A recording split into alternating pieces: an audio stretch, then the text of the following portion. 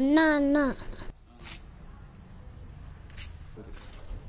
ఏమైందమ్మా? అన్నా అన్నా మా నాన్నకు ఒకసారి కాల్ చేయవా? ఎందుకమ్మా?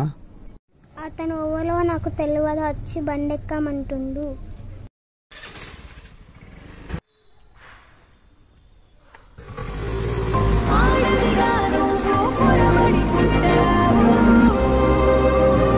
వాడు నేను కిడ్నాప్ చేయడానికి వచ్చిండమ్మా. నువ్వేం టెన్షన్ వాళ్ళకు మీల్ లెక్కనో చెప్పు, దాన్ని నేను తీసుకెళ్తాను.